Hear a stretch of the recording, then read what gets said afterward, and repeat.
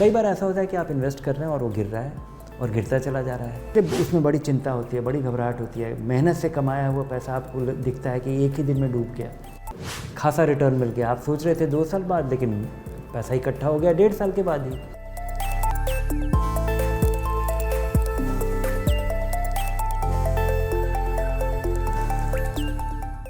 आज निवेश का कोई एक बड़ा सवाल नहीं है, बल्कि कई सारे सवाल पूछे जाएंगे। हम यहाँ मौजूद हैं मेरे कुछ साथियों के साथ जिन्होंने मेरी ही तरह कुछ ही समय पहले कमाना शुरू किया है। हम सारे नए निवेशक हैं और शुरुआती दौर में हमें पता नहीं होता है कि कहाँ निवेश करना है। कन्फ्यूजन इतना ज़्यादा होता है, क्या सही है क्या गलत है, ये समझना कई बार बहुत मुश्किल हो जाता है। हमारे सभी सवालों का जवाब देने के लिए हमारे CEO धीरेन्द्र कुमार हमारे साथ मौजूद हैं। Welcome sir. Thank you. तो धीरेन्द्र सर, मेरा पहला सवाल यही है कि हम कहाँ इन्वेस्टमेंट करें जो हमारे पास खूब सारे पैसे हो जाएं। खूब सारे पैसे के लिए आपको अच्छा खासा पैसा लगाना भी पड़ेगा, क्योंकि यह अगर आप लगाइएगा और या फिर आपके पास बहुत सारा समय होना चाहिए। तो सबसे पहले तो शुरुआत कीजिए, लगाइए। और अभी जो आप लोगों का स्टेज है उसमें मेरी सलाह होगी कि समझिए, इसकी आदत डालिए। अब मुझे लगता है कि बहुत बड़ी बात होगी कि आप कमाने के बाद अभी के स्टेज में आप बचा भी लेते हैं, और बचा लेते हैं उसको अगर आप इन्वेस्ट कर पाते हैं तो ये रकम पे मत जाइए कि 500 रुपया होगा कि 5000 रुपया होगा, या 5000 रुपये से क्या होगा, या 500 से क्या होगा, या 50,000 से क्या होगा। ये रिलेटिव चीज़ है। पहले इसकी आदत डालिए और उसके बाद उसका आप जादू देखिए कि आपके पास एक पैसा इकट्ठा होता है जो आपके पास था ही नहीं। फिर उस पैसे पे आपको रिटर्न मिलता है जिसकी आप उम्मीद नहीं कर सकते। हो सकता है आपको बड़ा सरप्राइज़ मिले, हो सकता है आपको नेगेटिव सरप्राइज़ भी मिले, और फिर वो आपका पेशेंस भी टेस्ट कर सकता है। उसके बाद फिर आप, क्योंकि बाज़ार में होता क्या है कि आप बाज़ार से जुड़ा हुआ कोई भी इन्वेस्टमेंट कीजिएगा तो चलते बाज़ार में हो सकता है कि आपको तुरंत मज़ा आने लगे, क्योंकि रोज़ रोज़ बढ़ रहा होगा। कई बार ऐसा होता है कि आप इन्वेस्ट कर रहे हैं और वो गिर रहा है और गिरता चला जा रहा है। तो बाज़ार में जो गिरावट का दौर आता है वो बहुत अचानक आता है। बढ़ने का जो दौर है वो धीरे धीरे चलता रहता है। तो आपको बढ़त उतना नहीं पता चलेगा, लेकिन अचानक आप एक दिन देखेंगे कि आपका पैसा बड़े मेहनत से मुश्किल से इकट्ठा किया हुआ 1 लाख रुपया अचानक 5 दिन में 90,000 हो जाएगा। तो तब घबराहट होती है। तो इसकी आदत डाल लीजिए कि किस तरह से रिटर्न मिलता है और किस तरह से उतार चढ़ाव होता है। उतार चढ़ाव से के नुकसान से बचने का आपके पास क्या तरीका है। तो मुझे लगता है कि अभी ये शुरुआती आदत डालने वाली बात है। छोटी सी रकम से शुरू कीजिए, इक्विटी में लगाइए और लंबे कई सालों का नज़रिया रखिए, और बीच में अगर आपको उसमें पार्टी करने का मन करे और पैसा बढ़ा हुआ हो तो ज़रूर निकाल लीजिए। मैं जानना चाहती हूँ कि मैंने अभी स्टार्ट किया है इन्वेस्टिंग, तो मुझे शुरुआती दिनों में अपने म्यूचुअल फंड्स पे सिर्फ भरोसा रखना चाहिए या साथ में इक्विटी इन्वेस्टमेंट्स भी सीखना चाहिए? इक्विटी और म्यूचुअल फंड में, इस शेयर्स में सीधे तौर पे निवेश करना और इक्विटी फंड्स में कोई खास अंतर नहीं है। अंतर केवल ये है कि जब आप इक्विटी फंड में इन्वेस्ट कीजिएगा तो एक साथ आप 50 शेयर खरीद रहे हैं, या 40 शेयर खरीद रहे हैं, या 30 शेयर खरीद रहे हैं। आप वैल्यू सर्च में डेटा का काम करती हैं तो आपको पता ही होगा कि अलग अलग इक्विटी फंड में कितना पोर्टफोलियो में कितना स्प्रेड होता है। तो दोनों में कोई अंतर नहीं है। यहाँ पे खर्चा कट रहा है और आप डाइवर्सिफाई कर रहे हैं, वहाँ पे आप कॉन्सेंट्रेट कर पाएंगे। आप सोच सकते हैं कि आपके पास 5000 रुपया है और आप केवल 3 कंपनी का शेयर खरीदेंगे। उन तीनों में आपको बहुत विश्वास है, और उसके और जिस वजह से कम डाइवर्सिफिकेशन की वजह से वहाँ उतार चढ़ाव भी ज़्यादा होगा। तो ये आपको चूज़ करना है। मेरी सलाह होगी कि ये जो इक्विटी का उतार चढ़ाव है, लेकिन ये अपने आप में अगर आप लंबे समय के नज़रिए से इक्विटी में इन्वेस्ट करते हैं, जानते हैं कि किस कंपनी में आप इन्वेस्ट कर रहे हैं, तो यहाँ पे भी इस एक्ट से ही कि आप लंबे समय के लिए कर रहे हैं, धीरे धीरे करेंगे, इसी से आपका काफ़ी रिस्क कम हो जाता है। म्यूचुअल फंड और कम रिस्की तरीका है आपके लिए पार्टिसिपेट करने का। अगर आप इस भारी उतार चढ़ाव को आप विथस्टैंड कर सकते हैं, कंपनी के बारे में आप समझ सकते हैं, समझने में आपको अच्छा लगता है या आपको मज़ा आता है उस कंपनी में बारीकी से समझने में, तो ज़रूर शेयर से शुरू करना चाहिए। लेकिन आसान तरीका है कि 500 रुपये से आप एक इक्विटी फंड में इन्वेस्ट कर सकते की शुरुआत कर सकते हैं, जहां उतार चढ़ाव कम होगा। 1 साल में आपको पता चल जाएगा कि उतार चढ़ाव होता कैसा है, इसका आपके तबीयत पे क्या असर पड़ता है, कि जब अचानक बाज़ार गिरता है तो कितनी घबराहट होती है।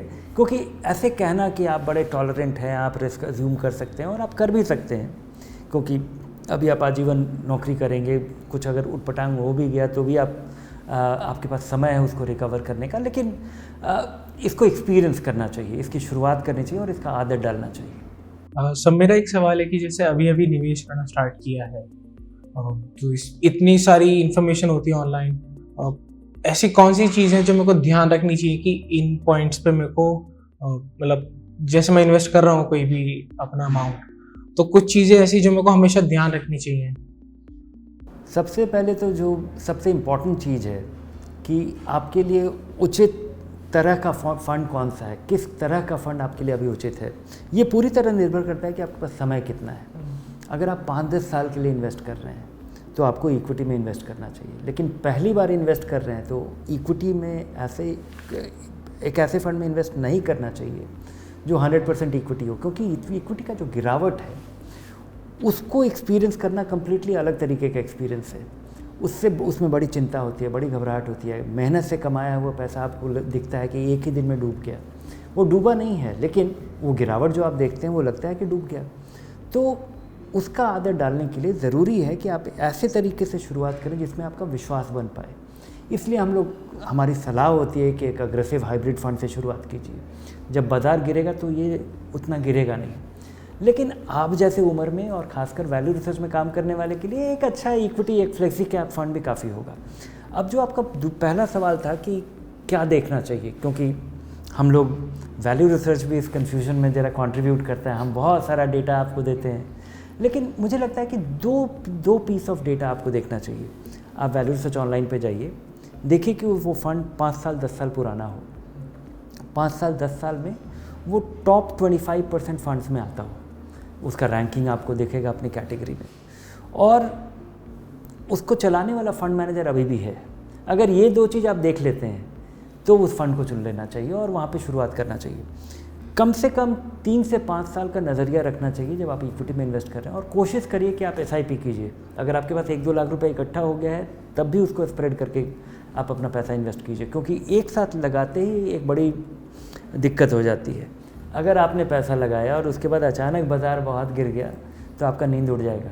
तो मैंने अभी रिसेंटली में म्यूचुअल फंड्स के बारे में पढ़ना स्टार्ट किया। मैंने म्यूचुअल फंड्स के रिटर्न्स भी देखे एंड ये भी देखा कि स्मॉल कैप फंड्स रिटर्न्स बहुत अच्छे देते हैं, लेकिन उनके साथ रिस्क भी बहुत ज़्यादा है। तो मैं ये जानना चाहती हूँ कि मुझे अपने इनकम का कितना पोर्शन स्मॉल कैप फंड्स में इन्वेस्ट करना चाहिए विदाउट थिंकिंग कि ये डूब जाएगा या फिर बहुत अच्छे रिटर्न्स दे देगा। पहली बात हो कि बहुत ज़्यादा अध्ययन मत कीजिए, आप सोचते रह जाइएगा, समय बीत रहा है। और दूसरा कि स्मॉल कैप में लगाना, स्मॉल कैप फंड में पैसा लगाना रिस्की नहीं है। यहाँ भारी उतार चढ़ाव देखा जाता है और ये रिस्क पूरी तरह ख़त्म हो जाता है अगर आप 10 साल के लिए इन्वेस्ट कर रहे हैं तो अगर आप सचमुच में 10 साल के लिए इन्वेस्ट कर रहे हैं और आप 10 साल तक आप निश्चिंता से आप केवल पैसा लगाते रहेंगे तो एक अच्छा स्मॉल कैप फंड चुनिए। 2-3 साल पे एक बार देखते रहिए और लगातार पैसा लगाते रहिए। ये आपका पूरा पैसा भी हो सकता है, और ख़ासकर आपकी उम्र में जहाँ पे आप भरपूर रिस्क ले सकती हैं, आपके पास काफ़ी समय है, और अगर बीच में ये गिर भी जाता है तो आपको इसकी चिंता नहीं है, क्योंकि जो स्मॉल कैप का प्रॉमिस है कि छोटी कंपनियाँ जब बड़ी होती हैं तो भारी रिटर्न मिलता है, बड़ी कंपनियां जब बड़ी होती हैं तो बहुत ज़्यादा रिटर्न नहीं मिलता है, और यही अंतर है स्मॉल कैप और लार्ज कैप का। जैसे हम बस शुरुआत कर रहे हैं, अभी बहुत ही स्टार्टिंग के स्टेज पे हैं हम, तो अगर हम अभी से अपना घर, अपनी पहली गाड़ी प्लान करना चाहते हैं तो हमें किन चीज़ों का ध्यान देना चाहिए? प्लान कीजिए और दिमाग में रखिए कि क्या नेगोशिएबल है, क्या नेगोशिएबल नहीं है।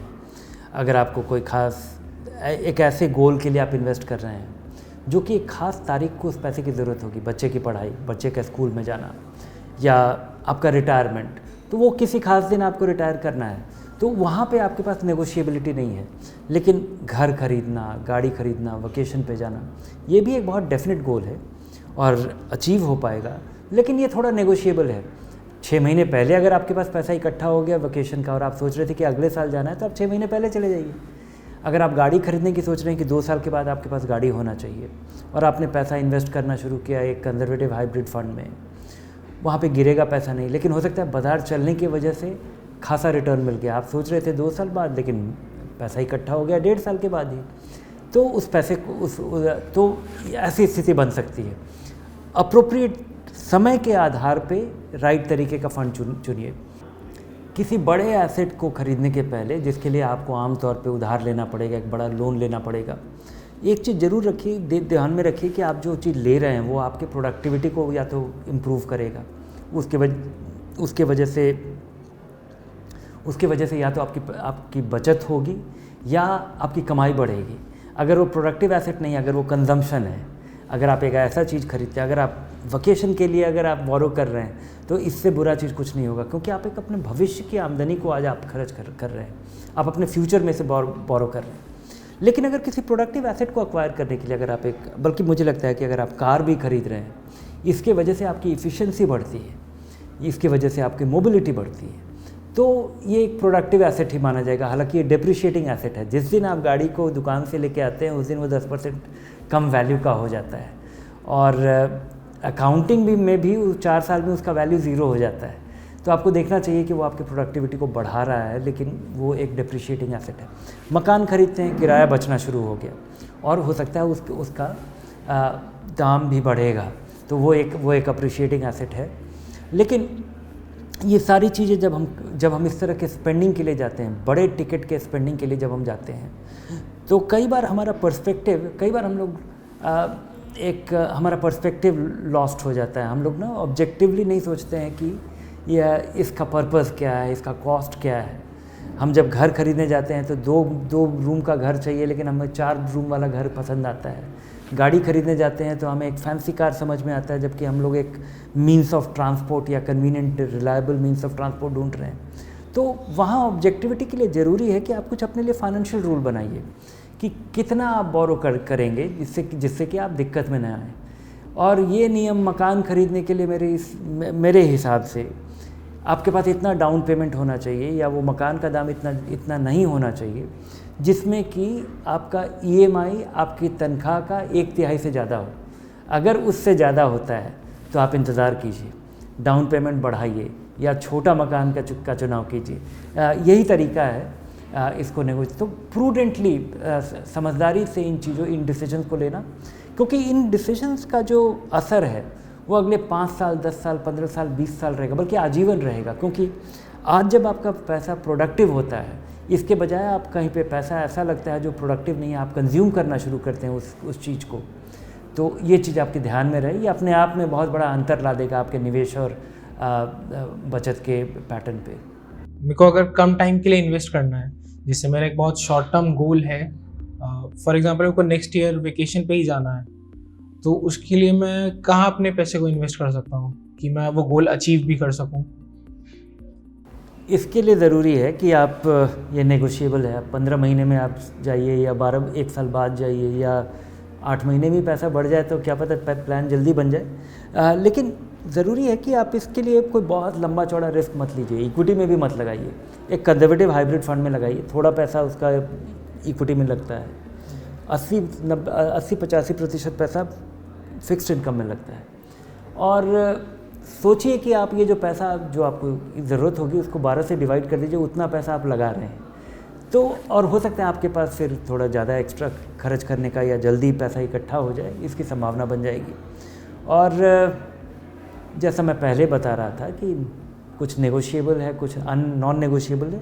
ये एक नेगोशिएबल गोल है और इसको उसी तरीके से देखना चाहिए। हो सकता है जल्दी ये आपका गोल मीट हो जाए।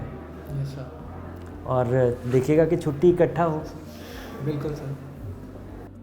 आज के लिए बस इतना ही। अगर आप भी हमारी तरह नए निवेशक हैं तो उम्मीद है कि आप भी अपनी फाइनेंशियल जर्नी शुरू कर पाएंगे।